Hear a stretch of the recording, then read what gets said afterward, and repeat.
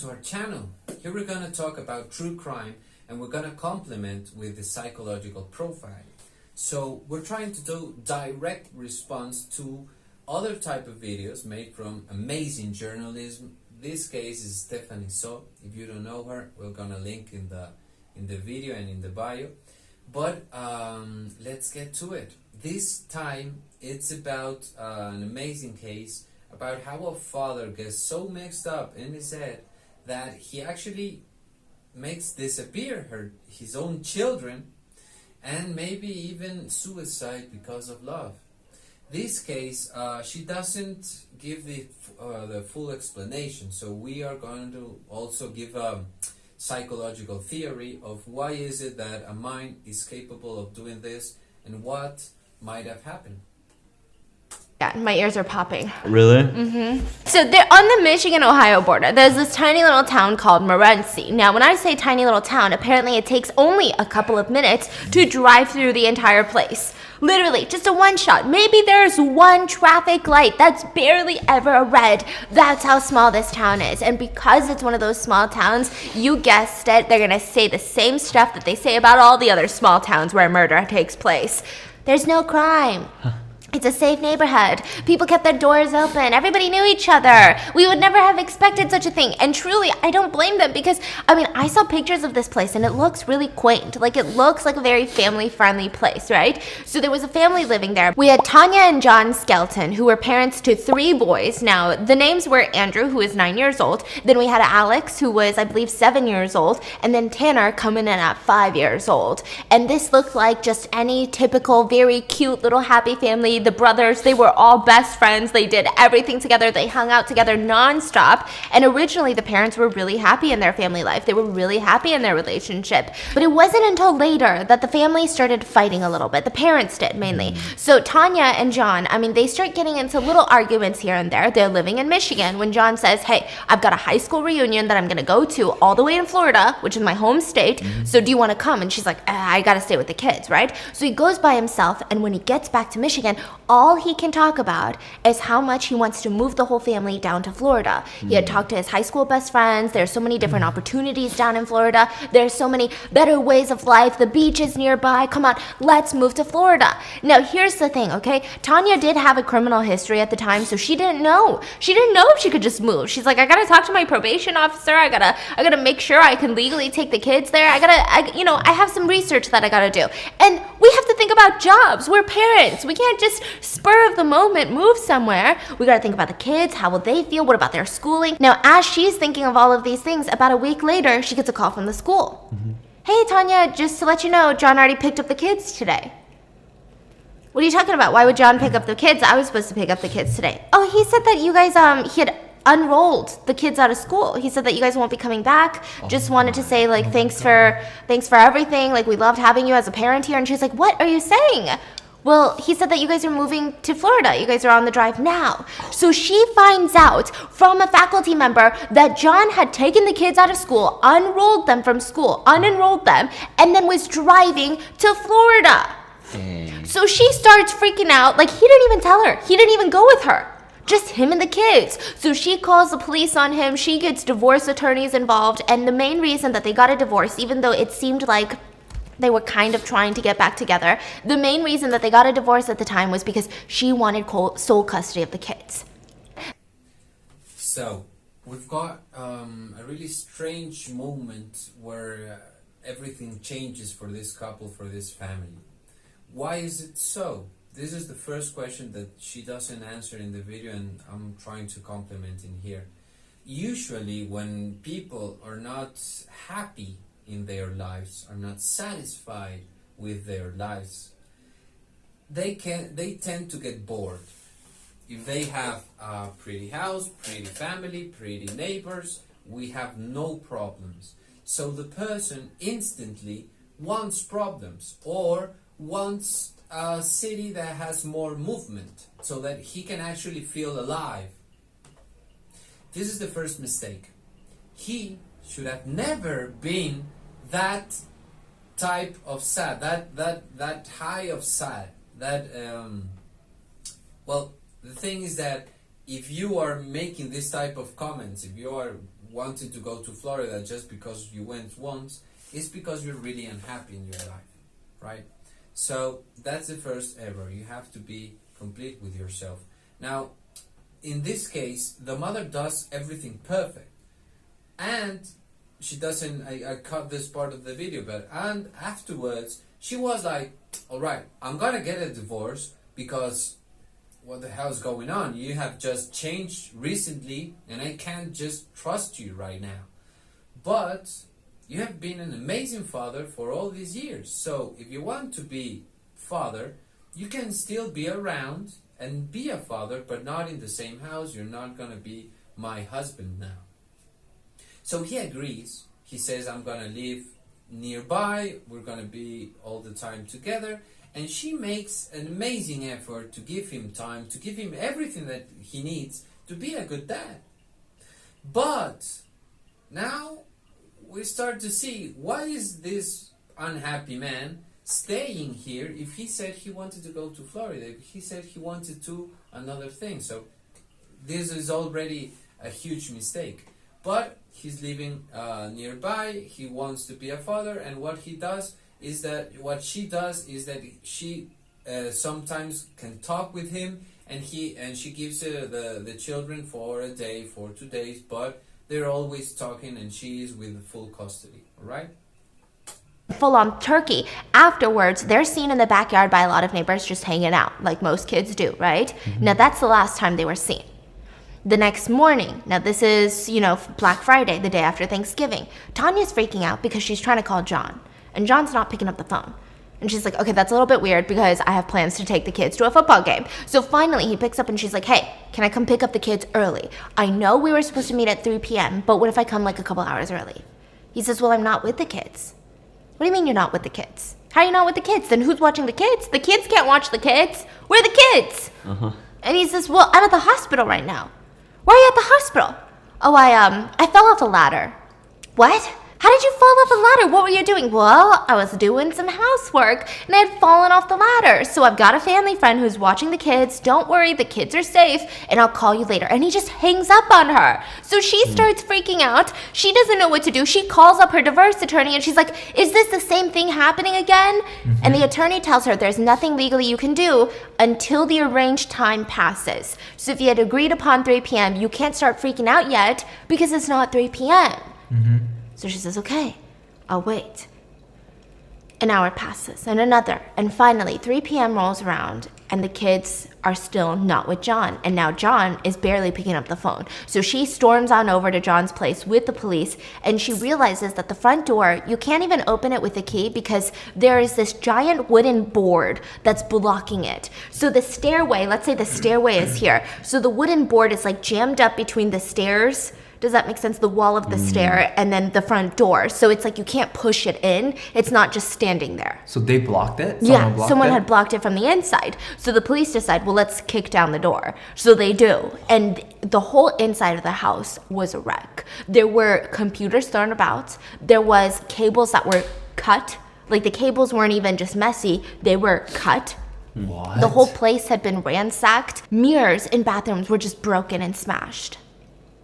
That's weird. So they start kind of freaking out, right? The police get the press involved because, time is of the essence. We need as many volunteers as possible. We need their faces out there, these kids' faces. How do 3 brothers just disappear?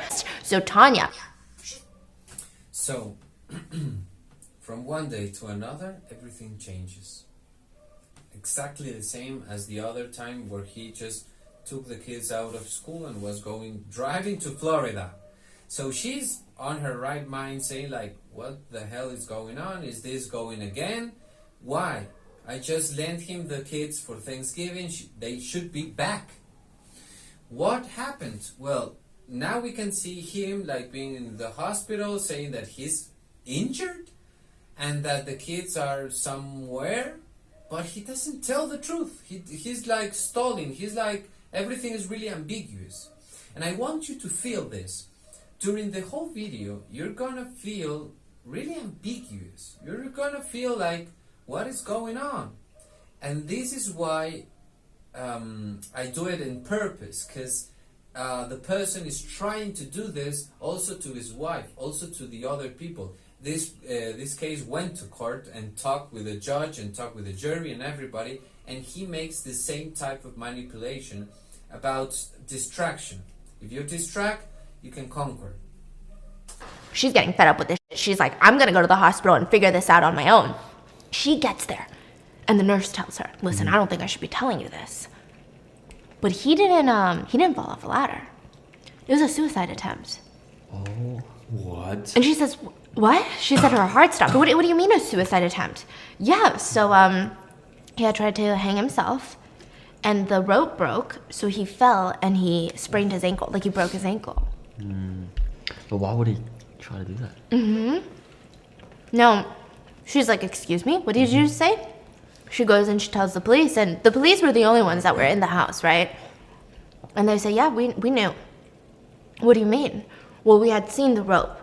The rope was all the way from like the second floor over the railing down, and it was a very thin rope, and it had snapped, it had broke. So it did look like a suicide attempt. But when they confronted John with this information, he tried to tell everyone that he didn't do that. No, I mean, I can't tell you how I broke my ankle. Sure, fine, I didn't fall off a ladder, but it wasn't a suicide attempt. So he just kept denying and denying and denying. So then he starts going on this whole little tale about how Tanya was quote unquote sexing the boys. He claims that the boys told him this, that their mom was abusing them, right? And that he just wanted them to be safe. He didn't know how to protect them. So he had called up this organization that takes kids like this, and they said, yes, we're going to make sure that he's compatible. They came over to the house. They wanted to make sure that the kids were going to fit into their program well and fit into their sanctuary well. And then once they figured it out, he got cold feet. John said, I didn't really want to do it anymore. I didn't really want to give my kids away. I felt like maybe there's a different way I can get the kids away from Tanya, all of that nonsense. But that didn't happen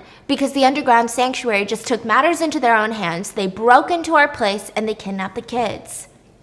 And I ransacked the place looking for them. So like that's kind of like the vague little story that he gave. Now the police were appalled by this because the police stated that they investigated and there is no evidence of abuse that Tanya had perpetrated on her own children. What makes this situation a little bit murky is that Tanya does have a criminal offense for sexual misconduct with a 14-year-old. Just none of it makes sense. Were there other people involved? Why aren't they talking? I mean, another theory is that he had sold his children for money. I mean, I don't know. Guy seems a little weird. Maybe he was going through a mental break. Maybe he was psychotic and he sold his kids. I don't know. I mean, these theories are, nothing really fits. Like, none of these theories make me go, oh yeah, I can see that one working out. What are your thoughts on this case? Let me know in the comments. So, at the end of the video, she has a lot of questions, you see, because maybe the case is totally closed. But what is the explanation? What's actually the reason that he made this type of deal with horrible persons that just kidnap babies, that just kidnap persons, and what do you know they're gonna do with them?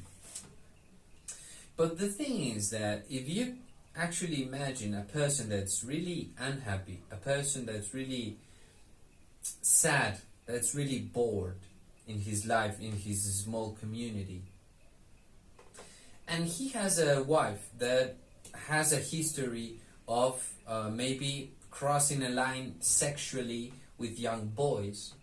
Now she's a mother. Now she has her own boys, and now she can give love as many as she wants.